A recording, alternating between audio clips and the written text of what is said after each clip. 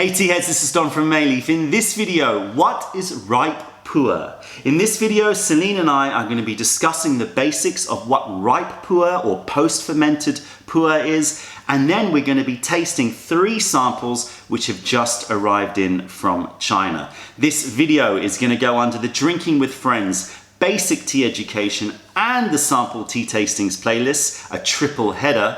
If at any point in time you enjoy this video, then please give the video the thumbs up. The more thumbs in the air, the more tea videos are going to come your way. And if you haven't subscribed to our YouTube channel yet, then go click that button. It's Sunday, I'm here with Celine. She has to head off to work pretty soon. Yeah. I don't, but I've got work from home. But we've got an hour and I thought let's sit down and do a video. We've just received these 3 samples of ripe pu'er from 3 different farmers in China, and we wanted to taste them on camera rather than do it in private.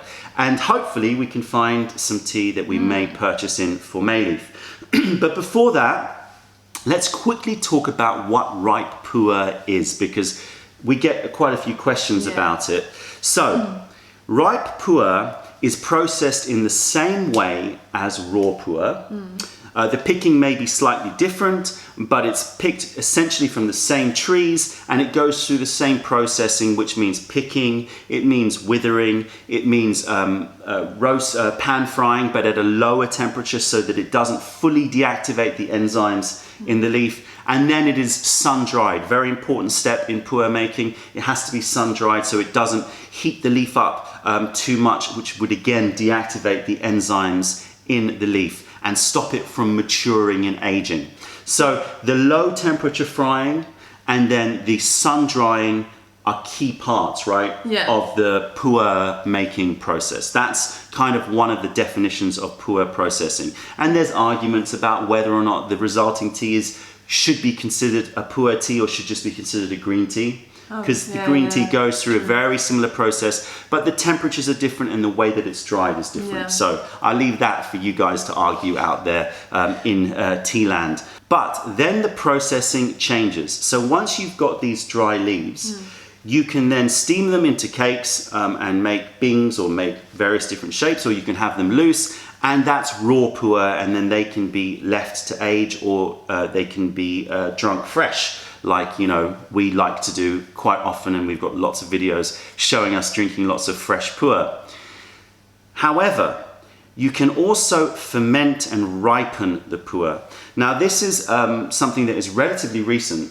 It's not, it's only started in the 70s, I think 1973, so kind of, you know, just over 40 years old, this process. I did not know that. Well, the original ripening or fermenting process comes from the other black teas, the other post-fermented teas, those brick teas, you know, which we'll do videos about in the future. Those brick teas, they come from Guangxi, they come from Hunan. There's a tradition of fermenting teas, but not really in Yunnan province.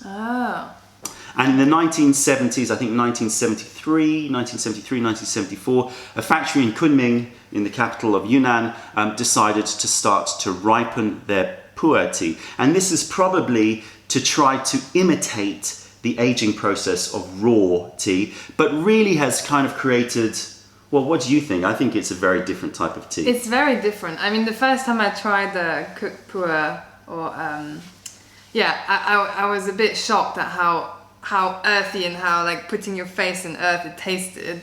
So it did shock me, but you kind of get into it the more you try it. So yeah, I'm really excited about these. Yeah, but I do think it is a different taste. I mean, you know, compared to Sheng. Well, you can't compare an aged Sheng chai, an aged raw pu'er with a ripe pu'er. You know, it probably started out as a way to kind of imitate this aging process, or to imitate these post-fermented teas from other provinces in China. But they are very different. They're different types of tea, in essence, from my point of view, in terms of flavor. And they produce tea which has a multitude of flavor profiles. Some can be bad, some can be great. You mean the fishy ones? Yeah, so there's a glut, right? There's a glut of very kind of Intense. strange smelling and strange tasting ripe puers. And then a lot of people refer to, she just did, ripe puer as earthy. Yeah. But in my opinion, earthy, It's a bit too broad. it's a very broad statement. I actually kind of equate it, good ripe puers, more with kind of cavernous, wet cave, quite kind of, or cellar, those kinds of things. But earthy kind of brings out, makes you think foresty too much. That's true. Which I don't, which you can get with ripe puers, but Sorry. I tend not to look for. No, it's a lot of people refer them to as earthy. Anyway, so let's quickly go through the processing. After it's sun dried, the leaves are then taken and then they are piled up in large warehouses, and they are covered with water. This is first part fermentation. So they're covered with water, up to 30% water, and then they're covered with sheets, and they're allowed to essentially ferment, right? And the bacteria starts to form and microorganisms start to form, and it's like a kind of composting effect, and the tea is starting to ferment. And these warehouses are used again and again and again. So the actual floor of the warehouse is usually quite porous because they want the water to go through. If they're good warehouses, they're porous. And they're almost like seeded with a starter culture of bacteria. So it can happen quite quickly. And, you know, usually a couple of weeks or a few weeks of covering. They usually go in once a week, take the covers off, and move the leaves around to try to kind of make it even fermentation and to prevent kind of unwanted molds from developing. And then they cover it up again, and then they basically leave it to ferment. Now, obviously, how much detail and care they put into that process is fundamental to whether or not you get fishy, nasty tasting ripe puer, or you get really good, clean tasting puer. Then after that's complete, they take the covers off and then they spread the puer out, usually at thinner layers, like about 20 to 30 centimeter layers, and they leave it open in the air. And what that does is it kind of dries the tea slowly, but it also accelerates or encourages other microorganisms to form. This sounds a bit crazy, right? And again, the wrong funguses forming are gonna mean that you get bad tasting tea or different tasting tea. At this point, you may start to see, I think you've seen it when you go to China, those markets, you see the tea heads, these like clumps of ripe puer that are picked up from the top of the piling. Right, yeah, They're called chatou, and it's like the tea heads, and that's where there's a real mass of mycelium and microorganisms and funguses that are basically clumping the tea together, and those are very prized. Really? Yeah, the chatou is very prized for being a little bit fruitier, in terms of the flavor profile.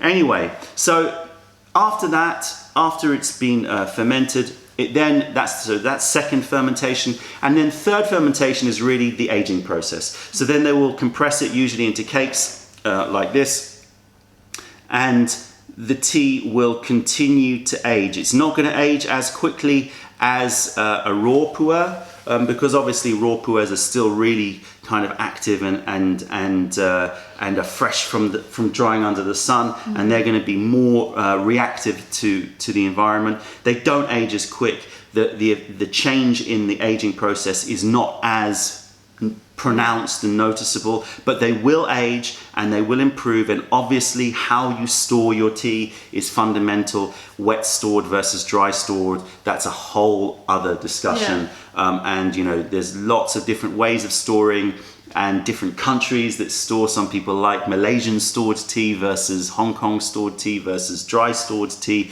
versus oxygen free stored tea. There's lots of different ways, so you can get very, very geeky. Okay, so we've got 3 samples here from 3 different farmers.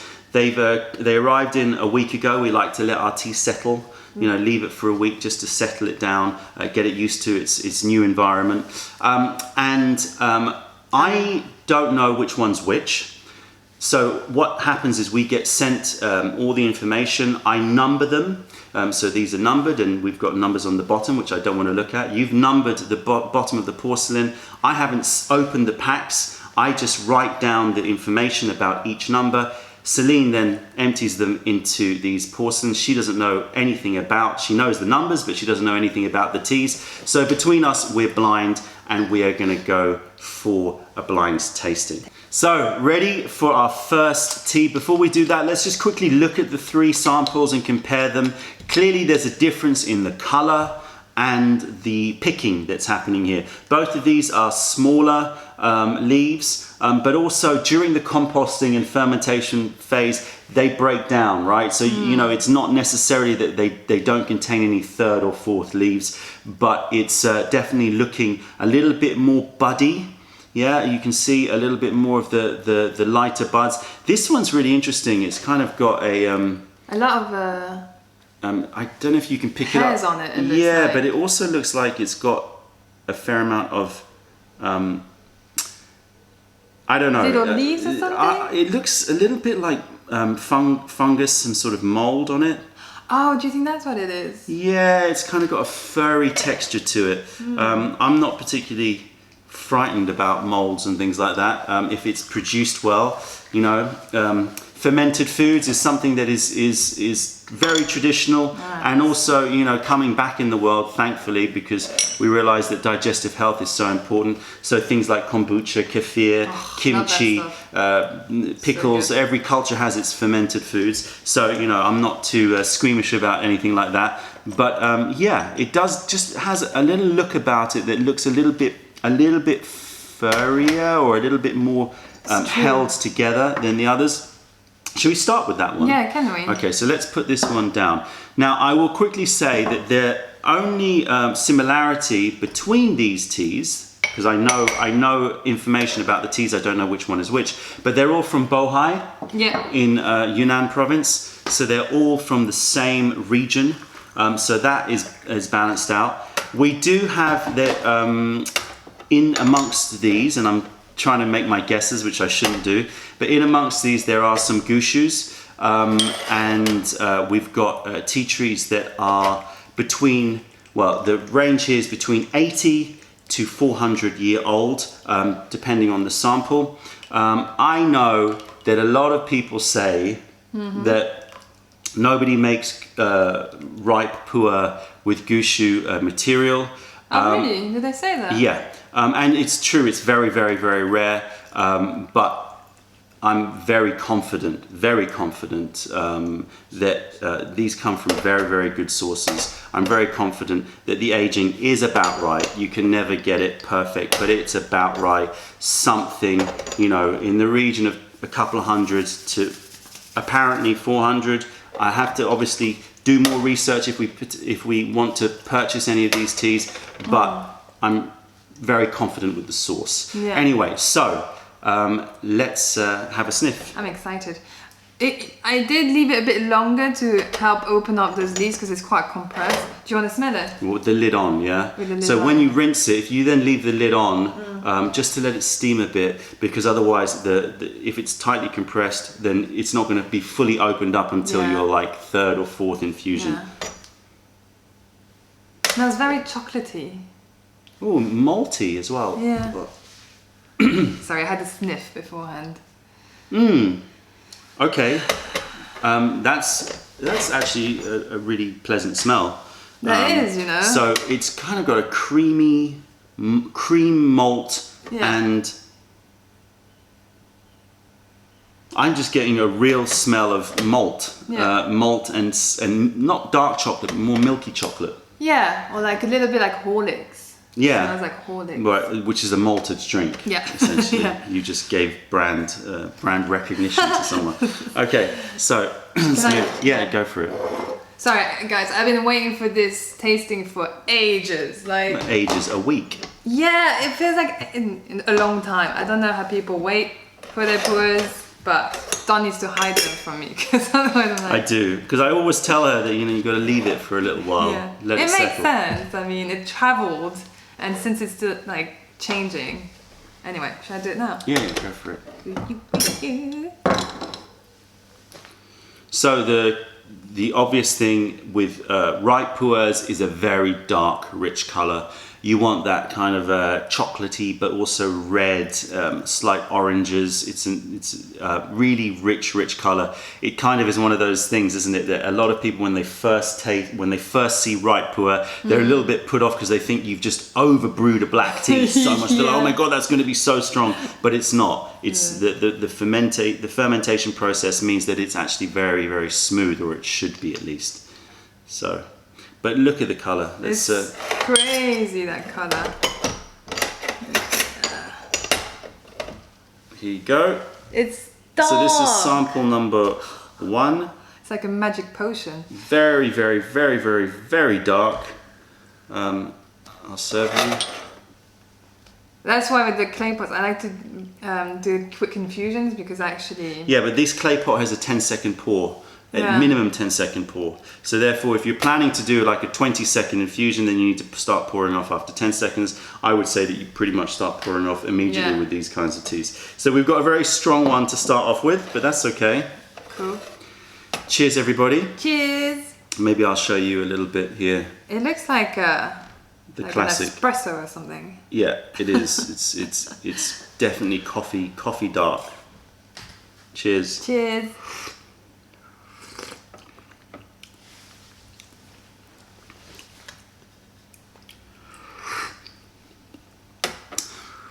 Okay, you go first. It's very intense and it tastes like it's very kind of medicinal, a little bit harsh on the palate, like a little bit astringent, not astringent, just a bit hard, I find, and like the medicinal harshness.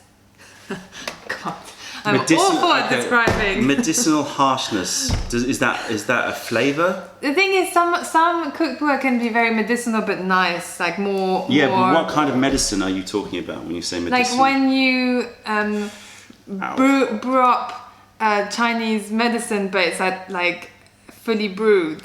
That kind of very intense. Oh, so it tastes herbal to you? Does it taste herbal? Yeah, it tastes herbal with like a coating of. I want to say earthy. You're allowed to say earthy. I'm stuck to that. No, you're allowed to say earthy. I don't know. I don't get much earth though. No, what is it though? You know, it's like that kind of. I like to just let her squirm. If I keep quiet, she just squirms. It's like a really strong malt. It's like having like Guinness. You know, that Guinness. kind of that bitter Guinness thing. Yeah. Okay. See, if you let them squirm long enough, they eventually come with something. I don't even drink much Guinness, but I just remember that taste profile. It has a stout bitterness to it. It's got that kind of. It's a really good one actually. It's kind of got that stout creaminess and stout bitterness to it. And it's got a very, very thick body, although you did brew it super hard. My problem with it is. It leaves a kind of pharmaceutical bitterness. Okay, when you say pharmaceutical, it's like tasting a paracetamol. Exactly, it's like if you take a paracetamol or some sort of pill, you've swallowed it and it just kind of scraped the back of your tongue a little bit, and the aftertaste is like that, and it's very persistent. So when we talk about bitterness, we talk a lot about bitterness and how some bitterness is desirable, some bitterness is not. Some bitterness transforms to sweetness, which is my personal favorite. But this is a very persistent, quite pharmaceutical bitterness. Like it tastes like I've swallowed an aspirin or a paracetamol. The beginning is really nice though. It's creamy, malty and stouty. It's just the end. It's true, it's quite creamy actually. But it's not my cup of tea. But this is the part of the world, this is the same parts of the world as where Cone Bandit comes from. Is it? Similar area. Now I'm not saying that, I'm not trying to join dots that are maybe not necessarily there, but Cone Bandit is also quite a creamy it's very taste. creamy. There's something maybe about this area that just kind of brings out this. Should we do one more infusion of this? Second infusion is definitely lighter. Oh yeah. More refreshing. Again, I really like this tea. It's got strength. It's got some transformation. I'm getting a little bit of dried fruit, a little bit, not a huge amount. I want more, really. I'm a little bit disappointed with the level of complexity. It's very kind of malty and slight coffee notes and smooth, great, but it doesn't have much of the kind of high notes. It's not very. Yeah. It's not very kind. It's not very playful tea. Yeah, I miss like fruitiness. I like a little bit of fruitiness in the cooked pu'ers. And that bitterness. It It's not. stays in your mind. It's not for me. All right, so first sample down. We don't know which one this is, but it's okay. It's a good tea. It's a very high quality tea. Let's put it that way. Yeah. But it's not really to my taste. Yeah, you can particularly. taste it's like it's a good tea. It's very well produced, very good tea, but it's not. It has no fishiness, no squiddy aroma, nothing like that. It's very, very smooth, Chocolatey, malty but a coffee. bit simple and a bit too bitter. All right, Yeah. let's move on to the next sample. Right, we're on to our second sample, and we're going to go for the larger leaf sample here. This is an interesting pu'er. It's loose, so it wasn't cake stored. I don't know which age this is. I know the ages of the pu'er tea samples that we've received, but I don't know which one this one is. So this is larger leaf. This reminds me a little bit of Sacred Owl, larger leaf that's tea, which true. was one of one of my favorite cooked pu'ers. We've sold out of that one. I miss Such it. a shame. We really missed that tea. We're So trying good. to basically find replacements of it. Yeah. So let's put this here so that people can see it from that camera, and we'll just try not to make too much of a mess. Okay, let's go. You can rinse that. Actually, can I just smell? Yeah, I want to. Oh wow, that is a very, very, very different smell. Very, very different smell. So different. I'm actually quite excited about How would you this. describe that? Even more malty and nutty, I would say, in terms of smell. I smell Chinese herbs. Oh, really? Yeah, really, really strong strong. Chinese herbs. So I've been around Chinese herbs my whole life, and that smells of a particular Chinese herb, and I can't quite work out which one. It's beautiful. It's much lighter in color. Yeah, it's a much lighter color. It's kind of like oxidized strawberry kind of color. Oh, very different. Definitely like Chinese herbs. Isn't it? Yeah. It's really herbal. Oh my god. I feel like I'm in Okay, Hong you Kong. pour it, and then I will see if I can get which herb it is. Oh, it's exactly like walking through this Chinatown Yeah. in Hong Kong. Yeah, exactly. I mean, Chinatown in Hong Kong. It's like walking through Hong Kong and past those Chinese herb shops. Yeah. It's Yeah. like our stockroom, our Chinese herb stockroom, walking Yeah. in there. Exactly. So I like that smell. I really like that smell, but then it's kind of linked so much to my childhood and memories that, you know, I like it. So true. It has a bit of soy sauce smell as well to it. Actually. Yeah. It reminds me. I feel like I'm at my grandmother's. This is real. Yes. This is real Cantonese, Yeah. Hong Kong style tea right here. Cheers. Cheers. Okay. Interesting. Much more Cantonese in taste. Cantonese. Yeah. South China. It doesn't have that wet stored taste though. No. It's been stored very well. I don't know how old it is, but it's been stored very well. Yeah. It's very clean, Very very clean. herbal. It's like dangui and huangqi, like the these Chinese herbs, herbs, these yeah. Chinese herbs that have an almost kind of celery spiciness to them. Oh, yes. You know, that kind of Yes. celery. Kind of spice to it. It's like, it's very much fresher in taste than the other one. Like it's less heavy. This is really interesting. So this is much more interesting Yeah. tea to me. Yeah. It doesn't have the bitterness. It's not as thick in terms of body. No. But that might be because it wasn't brewed as strong. But it's definitely more nuanced. It's got a lot more interesting flavor to it. And it's And a bit it's- mentally, you know, it's a bit fresher. Yeah, it's got more of those high notes. It's got more of those brighter notes. and it's got more minerality. It feels more active as a tea. And it's smoother on your, like, if you didn't try a Coup de Puer before, that would be a really nice introduction to it because it's very smooth, it's very clean. Yeah, but I don't know how many people would enjoy that herbal taste. Ah, true. For me, maybe for you as well, being brought up in that kind of environment, Yeah. it's something that we're used to. But some people may find that this is a bit too herbal. Maybe, true. It's got a little bit of the date, the dazao, a little bit of the sweetness of the date. Yeah. Not much sweetness. That's my only criticism of this. Is that I would like it to have a little bit more sweetness. It's got the spiciness and the herbal nature, Yeah. but it doesn't have as much of the sweetness. Yeah. But you know, it's pretty good. It's a really interesting tea, Yeah. and it's definitely making my mouth do stuff. I definitely think that this tea comes from.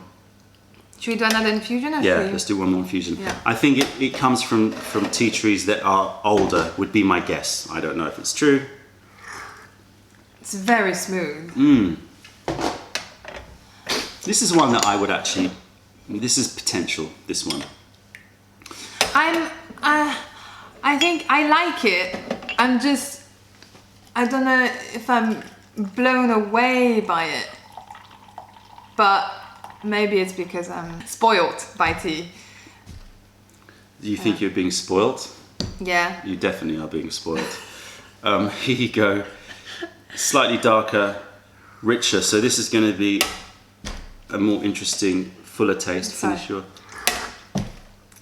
Throwing it away. I know. I can't believe I did that. Oh my god. That reminds me of that time we tasted that Which Song one? Dynasty tea, and with a tea seller in Dansong. Do you remember? And another tea seller came, and he was like a little bit like Oh my arrogant. He didn't God, want that to was say so that the other bad. tea was good. And it was an amazing old Amazing. Song Dynasty tea, and. But he was jealous or something. He was jealous, and he drank one and he just threw it away. He literally, It was like, it was so intense. He literally went, don't do it. and then like, and it was just like, whoa, that's so rude. Very herbal, very herbal. Really, really Chinese herbs is coming through for me. Yeah, very herbal. But to me, it tastes a little bit dilute. You know? I actually like it. It's fresh to me. Like, I understand you could brew it longer, Yeah, but maybe because that's it's it. larger leaves, it's definitely not extracting at the same rate as the other one. But I actually really like this tea. My question mark around this tea is whether or not other people will appreciate this herbal taste. Anyway, have a last sip of this. Okay, remember it? Yeah. Moving on to our third sample. Okay, third sample, and here it is. So this is darker, definitely, and more similar to the first one in terms of the kind of texture of the leaves. So let's hit that with some hot water and see what it's like.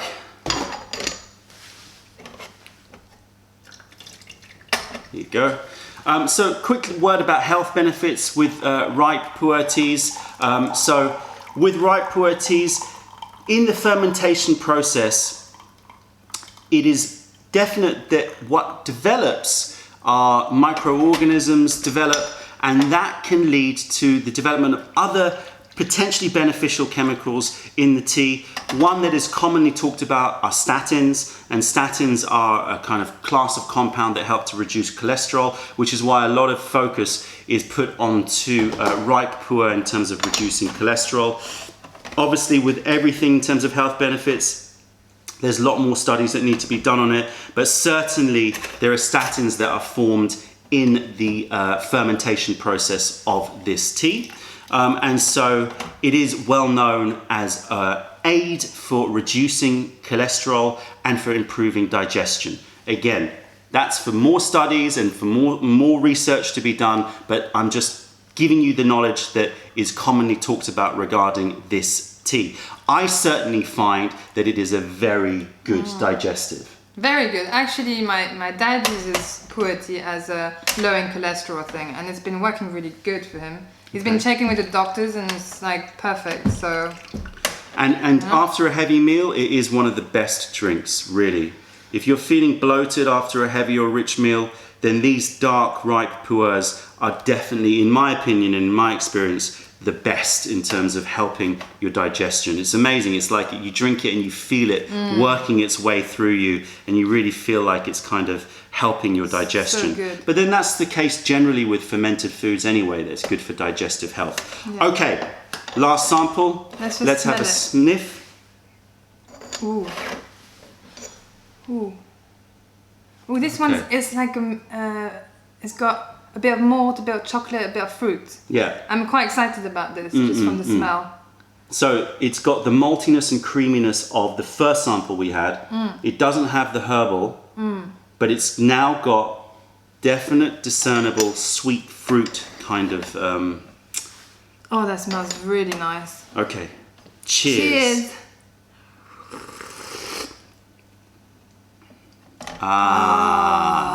Okay. Oh man, here we go. Right, so now the balance has been reached. Yeah.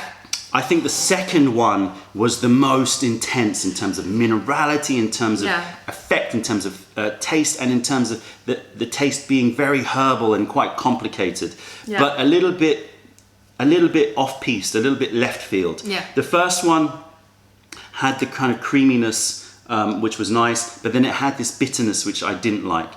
This one doesn't have the bitterness, it has the creaminess of the first one, but then it's got a little bit more Fruit. Which fruit would you say?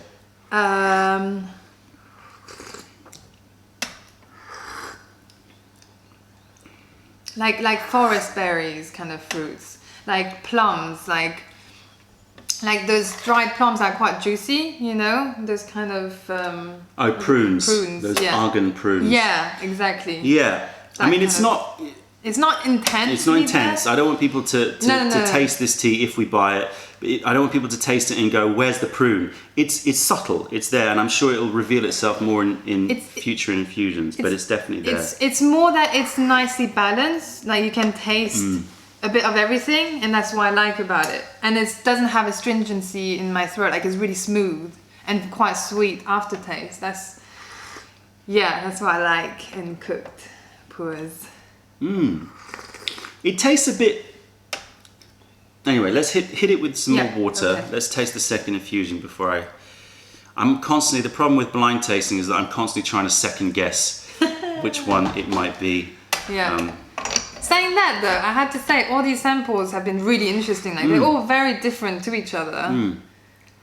So that's what I like about tasting next to each other. You can really get the differences. Yeah, and really ideally, what we should do is taste each one for longer and go through all of them. We've got enough to do that, but we're just trying to get first initial impressions, and then we can kind of go, well, initial impressions, definitely no for that one.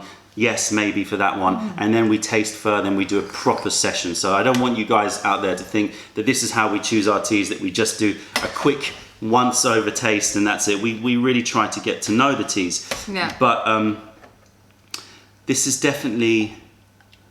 Ooh, okay, good. I made it strong. No, that's good. Let's... Sorry, I got really... But the colour of this is my favourite colour. That really is this kind of... It's dark, but like has a lot of red in it. Yeah, like it's exactly. red. It's ruby black. Yeah. It's ruby. It's definitely got the most amount of vibrancy in it. Very, very vibrant tea. It's, oh my god, when the light hits it, it's so beautiful. It is a stunner. This is a really, really beautiful tea. It's not got that dull coffee. It's got a very bright coffee colour to it. True. Okay, cheers. Anyway. Lovely. Wow. Really, really nice. Bitterness came, disappeared. Great. Doesn't have that pharmaceutical persistency in terms of bitterness. Oh, it's so balanced, this one. Very, very balanced, exactly. Really balanced. I mean, I would say that the second one we tried was more complicated and more complex. True. This is more simple. Yeah. But smooth and really kind of elegant and just elegant. really, really good body, good thickness, It's not as creamy as was it the first one? Yeah. Good now. Yeah. Anyway, I like that one. so time to reveal which one's which. I'm really excited about that. Completely forgot about that. So what we have here from my memory is we've got they're all from Bohai. We've got a 80-year-old and a 200-year-old and a 400-year-old. Again, tea trees? yeah, in terms of the age, again, I'm pretty confident with the sourcing here. I would need to investigate more, but I'm pretty confident about the aging here. So two of them are quite rare because they are, ripe gushus, which is very, very kind of unusual. I have my suspicions about which ones they are, but so Bohai 80, 200, 400. In terms of aging, they're different as well. I think one of them is 2007. One of them is, well, let me check my notes here. We've got one 2007, one 2012, and one 2014. Okay, so first of all, which is your favorite? I have no idea. Like, I can't tell about the aging thing, but I like this one the most because of the balance stuff. Yeah. Saying that, I think all of them are individually interesting. Okay, I agree. I think that this one is the most balanced and is the most overall enjoyable tea. It's got good body, it's got good taste, it's got the perfect level of kind of cavernous with fruity, with creamy. It's great. I would say that the first one was, I don't know, it was something weird to me. It was that bitterness that I didn't particularly like. And the second one I loved, and I have a suspicion that that's going to be, because of how it felt, that's going to be the older one. Anyway, so the sample that is the, let's just take a look at these. All of these are numbered, so we've got them in order here. So the first one we tried was this one here, which is number 11. So the first one we tried is number 11. So this is the 200-year-old Bohai 2014. So 200-year-old Bohai 2014. The second one we tried is number 12. Number 12 is the 400-year-old. Oh my 2007. God. So that is the oldest in terms of tea You were trees, right then. and the oldest. It definitely had that real zing to it. So oldest in terms of tea trees and oldest in terms of aging. So this is over. It's 10 years old, and 400 around-ish 400-year-old tea trees from Bohai. So these were the two gushus. So that means that this one here, number 10. Number 10 is 80-year-old Bohai. 2012, so 5-year-old. That's really interesting. Definitely the older, the 10-year-old one with the oldest tea trees. You could pick up the minerality and the kind of physical sensation that comes from these older tea trees. True. And certainly the aging process. Well, it brought out more of those medicinal, herbal, interesting kind of quite out there flavors, which I really think was very interesting. And it's definitely the most powerful medicinal tasting tea that we have in front of us.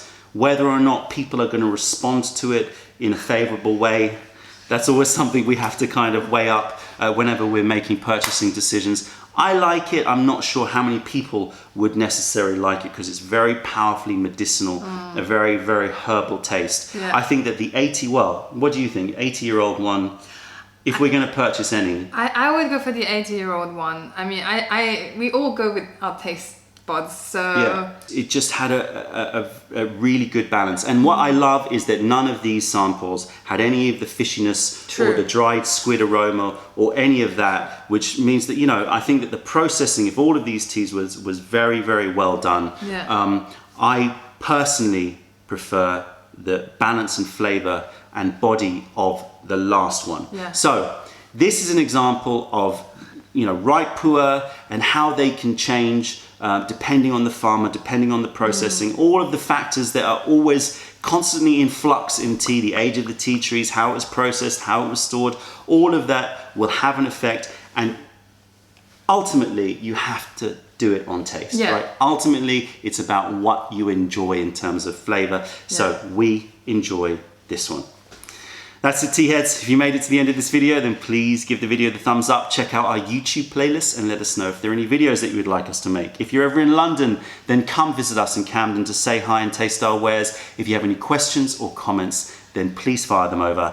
Other than that, this is Celine. I'm Don from Mayleaf. Thank you for being a part of the revelation of true tea. Stay away from those tea bags. Keep drinking the good stuff and spread the word, because nobody deserves bad tea. Bye. Bye.